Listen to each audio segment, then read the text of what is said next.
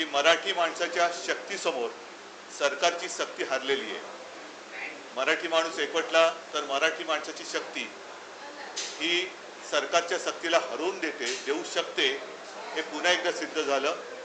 अशीच चळवळ संयुक्त महाराष्ट्राच्या वेळेला सुद्धा झाली होती। त्याही वेळेला मराठी माणसांनी तर तेव्हाच आणि आत्ताचं आंदोलनाची तुलना करता नाही येणार, परंतु सगळेजण पक्षभेद विसरून एकत्र झाले आणि त्यावेळेला या डाव उधळला होता, आजही या डाव उधळून टाकलेला आहे। या सरकारचा हाच प्रयत्न होता की मराठी माणसाची फूट आपल्याला लाभदायक ठरेल हे त्यांना कळलं किंवा वाटलं होतं, म्हणून मराठी माणसात फूट पाडायची।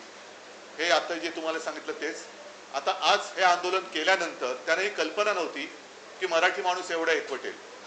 आज हे आंदोलन केल्यानंतर आता मराठी माणूस एकत्र होऊ नये, कारण 5 तारखेला जो मोर्चा आम्ही ठरवला तो मोर्चा होऊ नये म्हणजे मराठी माणूस एकत्र येताच कामा नये। एक तर तो फोडण्याचा प्रयत्न करायचा, तो फोडण्याचा प्रयत्न अयशस्वी झाल्यानंतर आता तो एकत्र येऊ नये म्हणून जी.आर. रद्द केला। मग आता जी आर रद्द केला, कोणी जी.आर. काढला होता?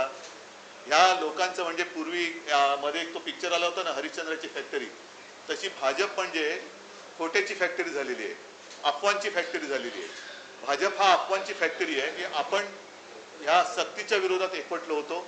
ही सक्ती तर आता मागे घ्यायला लावलेली आहे, तरी देखील 5 तारखेला आपण मोर्चा काढायचा, सभा घ्यायची, कुठे घ्यायची, कधी घ्यायची, कसा मोर्चा काढायचा, हा सगळा कार्यक्रम 1-2 दिवसामध्ये सगळ्यांशी बोलून मी ठरवेन। म्हणजे सगळ्यांनी ठरवावा, सगळ्यांनी याच्यामध्ये सहभागी व्हावं ही मी त्या सगळ्यांना ज्यांनी आज याच्यात सहभाग घेतला होता त्या सगळ्यांना मी विनंती करतोय। जर का मी जी.आर. काढला असता तर 3 वर्ष काय झोपा काढत बसले होते? 3 वर्ष कोणालाच कळलं नाही मी काढलेला जी.आर. आणि मग मीच माझ्या जी.आर.ची होळी करेन। त्याच्यामुळे मुख्यमंत्र्यांना हेच मला सांगायचे की म्हणून आम्ही मराठी सक्तीची केली, ते मराठीमध्ये लिहिले ते पहिले नीट वाचायला शिका, समजून घ्या आणि मग आमच्यावरती टीका करा। खोटं कशाला बोलताय?